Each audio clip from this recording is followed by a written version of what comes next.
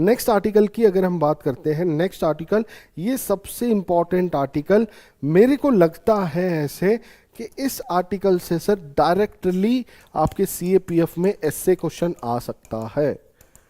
CAPF में S A आ सकता है सर, डायरेक्ट एसए की topic, impact of AI, impact of AI, impact of AI on environment, on environment. ठीक है जी, direct एससे की सवाल आ सकता है। जो भी देख रहा है इसके ऊपर एससे प्रिपेयर करके रखना।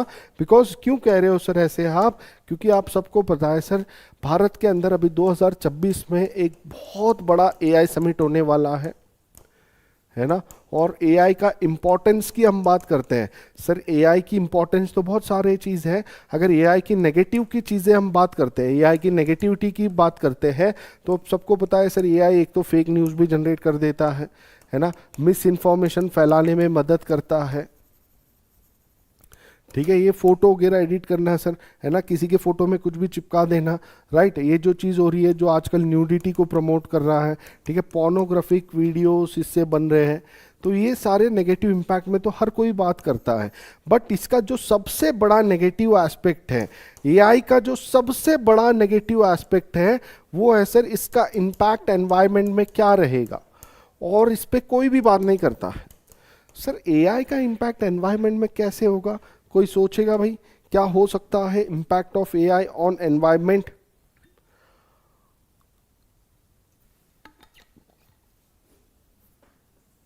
कोई सोच के बताएगा क्या हो सकता है।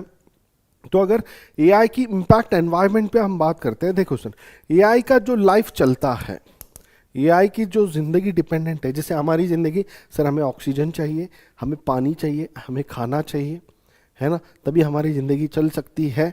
तो वैसा ही सर एआई की लाइफ की अगर हम बात करते हैं, एआई का लाइफ चलता है सर जो डेटा सेंटर्स के ऊपर। एआई का लाइफ किससे चलता है, एआई का लाइफ चलता है डेटा सेंटर्स के ऊपर, यानी वो सेंटर्स जिसके अंदर डेटा स्टोर करके रखते हैं। और ये डेटा सेंटर्स जो होते हैं सर, ये कोई छोटे मोटे नहीं होते। ये नहीं कि एक कमरे के अंदर आपने 2-4 मशीन लगा दिया हो गया। सर ये डेटा सेंटर्स आप देखोगे किलोमीटर्स बड़े बड़े लैंड में, किलोमीटर्स बड़े बड़े बिल्डिंग के अंदर इन डेटा सेंटर्स की सर्वर्स वगैरह रखे जाते हैं। अब जब उतने बड़े लेवल पर आप डेटा सेंटर्स को मेंटेन करोगे, तो आप सोच के देखो सर, यहाँ पे जो इलेक्ट्रिसिटी है, जो इलेक्ट्रिसिटी की सप्लाई की ज़रूरत पड़ती है, 24 घंटे इलेक्ट्रिसिटी चाहिए सर, है ना। इलेक्ट्रिसिटी नहीं तो सर एआई काम ही नहीं करेगा। अब इलेक्ट्रिसिटी कहाँ से आ रहा है सर, इलेक्ट्रिसिटी कहाँ से आ रहा है, आपके पास बिजली कहाँ से आ रहा सर, कोयले को जला के आ रहा। अब जब कोयला जल रहा है तो क्या हो रहा है सर, वो तो कार्बन एमिशन रिलीज कर रहा है, वो तो कार्बन एमिशन हो रहा है। अब तो यहाँ पे सर एआई की वजह से क्या आ गया, कार्बन फुटप्रिंट हो गया सर, यानी कार्बन एमिशन स्टार्ट हो गया, है कि नहीं।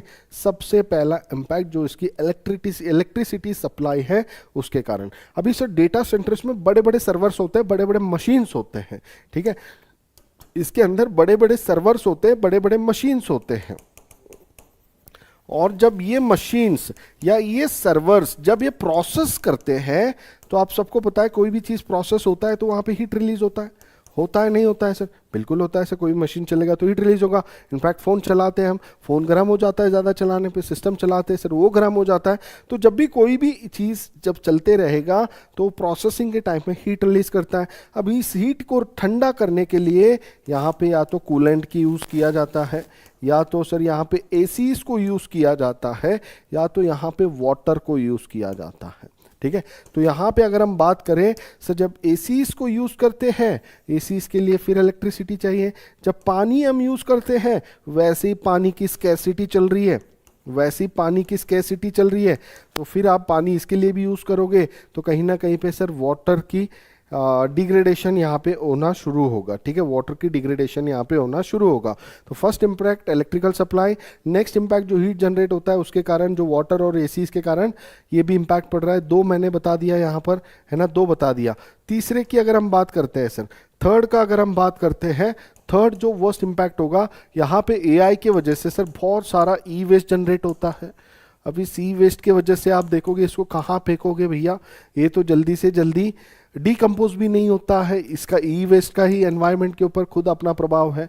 अब उसके लिए सर बहुत सारे क्रिटिकल मिनरल्स भी यूज़ होते हैं एआई डेटा सेंटर्स में वगैरह, तो इन क्रिटिकल मिनरल्स इसको निकालना, एक्सप्लॉइट करना, इन क्रिटिकल मिनरल्स को यूज़ करना, ये भी कहीं ना कहीं पे क्या हो रहा है, एनवायरनमेंट के ऊपर इम्पैक्ट डालता है। ठीक है जी, एनवायरनमेंट के ऊपर इम्पैक्ट डालता है। तो ये 4 मेजर इम्पैक्ट जो एआई के वजह से एनवायरनमेंट पे प्रभाव पड़ता है। इनफैक्ट अगर मैं डेटा को लेके बात करता हूं सर, एक रिपोर्ट था जी, एक रिपोर्ट था। ये रिपोर्ट क्या कह रहा था, ये रिपोर्ट देखो क्या कह रहा था, this was a report related to information and communication technology industry, ICT industry से रिलेटेड एक रिपोर्ट था। और यहां पे बताया जा रहा जो आईसीटी इंडस्ट्रीज है, this industries contribute to 1.8% to 2.8% of greenhouse gas emission. Greenhouse gas emission में ये कंट्रीब्यूट करते हैं। इनफैक्ट ये कैलकुलेट किया जा रहा है एआई आने के बाद में ये जो कंट्रीब्यूशन है बढ़ सकता है 2.1 से लेके 3.9% तक ये इंक्रीज हो सकता है एआई के वजह से। सबसे पहला ये रिपोर्ट, ठीक है जी, सबसे पहली चीज रिपोर्ट। दूसरी चीज एक गूगल की रिपोर्ट आई थी, ठीक है, फर्स्ट रिपोर्ट हमने बताया यहाँ पे। दूसरी चीज एक गूगल का रिपोर्ट आया था, एक गूगल का रिपोर्ट आया था सर। गूगल का रिपोर्ट ये कह रहा था एआई जो एक सिंगल प्रॉम्प्ट, एक सिंगल टेक्स्ट भी जनरेट करता है, एआई ने लिख दिया बस एआई ने लिख दिया हाई, तो उसके लिए भी जो इलेक्ट्रिसिटी यूज होती है उसके बारे में गूगल ने बताया था। A single text AI prompt, a single text AI prompt uses 0.24 watt hours। ठीक है जी, इतना एनर्जी की जरूरत पड़ती है अगर इलेक्ट्रिसिटी के कारण, ठीक है, इलेक्ट्रिसिटी एआई के कारण इतना जनरेट करती है सर।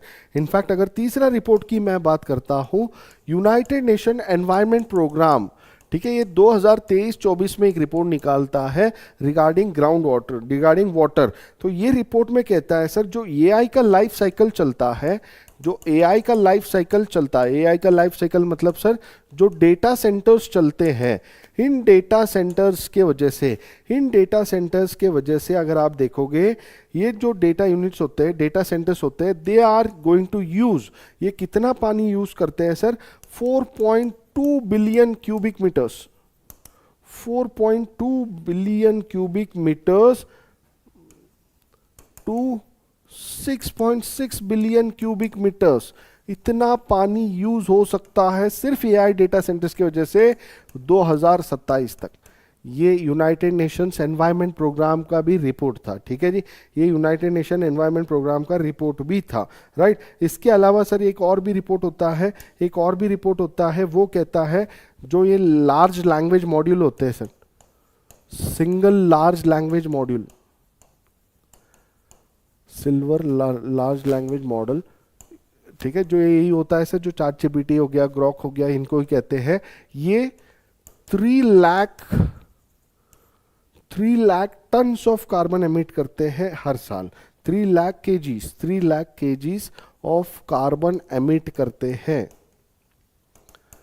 ठीक है, ऑफ कार्बन एमिट करते हैं ये लोग। ये भी एक रिपोर्ट था सर। इनफैक्ट यहाँ पे सबसे बड़ी बात ये है, यूनेस्को का लास्ट रिपोर्ट, यूनेस्को का भी रिपोर्ट आया था 2025 में। यूनेस्को कहता है impact of AI on environment is the most ignored topic,